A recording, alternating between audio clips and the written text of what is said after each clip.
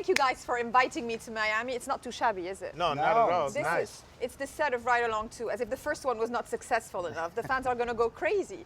Did you feel like there was creative juice from the first one to come back for more?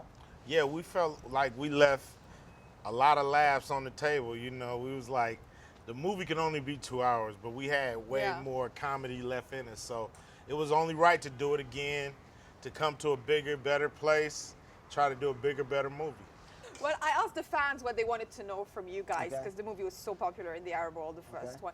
And the first question they wanted, and the most popular one, was how do you keep your cool? You know, do you keep a straight face when you do the comedy, or do you guys are you the first ones to laugh? You know, I try to keep a straight face. You know, I think I owe it to this guy who's always coming up with new and different ways to keep the scene alive and funny, and he's ad-libs. And then you gotta expect them, you gotta expect the unexpected. And if you do that, you'll be pretty good at kind of holding your water. But it's part of my job not to laugh, and I think it makes the comedy funnier, and it's just a great dynamic.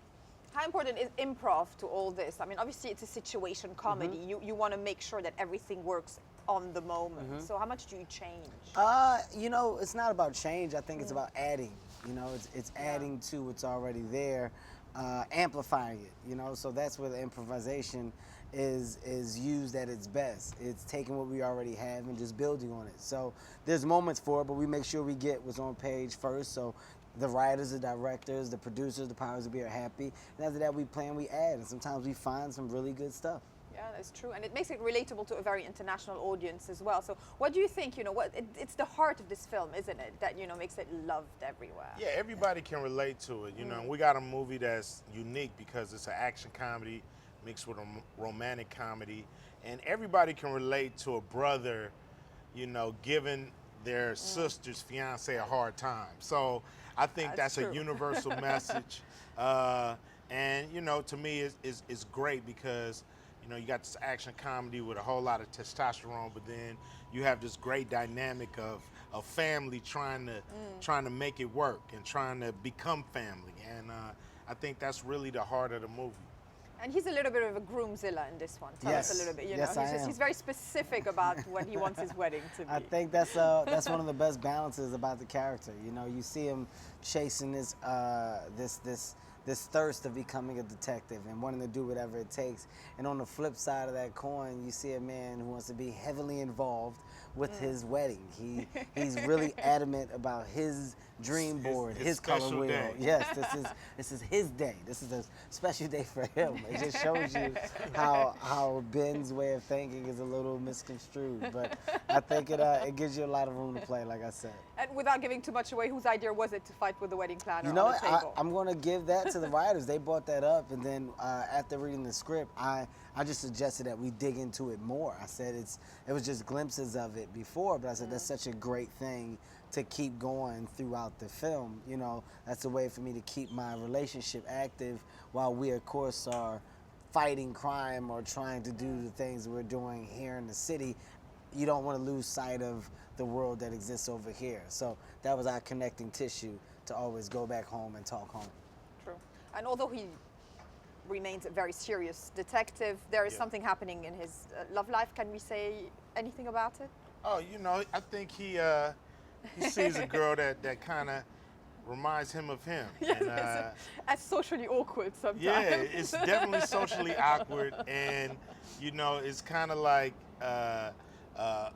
you know, a rough guy with a tomboy, and it's just that funny, you know, do we go there or do we stay here, you know, and it's kind of cool to see James opening up just a little, you know, cracking the door just a little, and it gives us room to go further.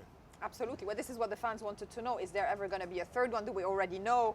I'm rooting for Ride Along 25. Oh, man. Yeah. Wow. You know, we would love to be here doing these over and over again, as long as we can make them fresh, as long as the audience wants it, then, you know, it's our job as entertainers to give the people what they want. And, you know, so we got our fingers crossed, and, you know, we hope to do, you know, 3, 4, 5, and, you know, that means we have a successful franchise that people love, and we'll love to come back.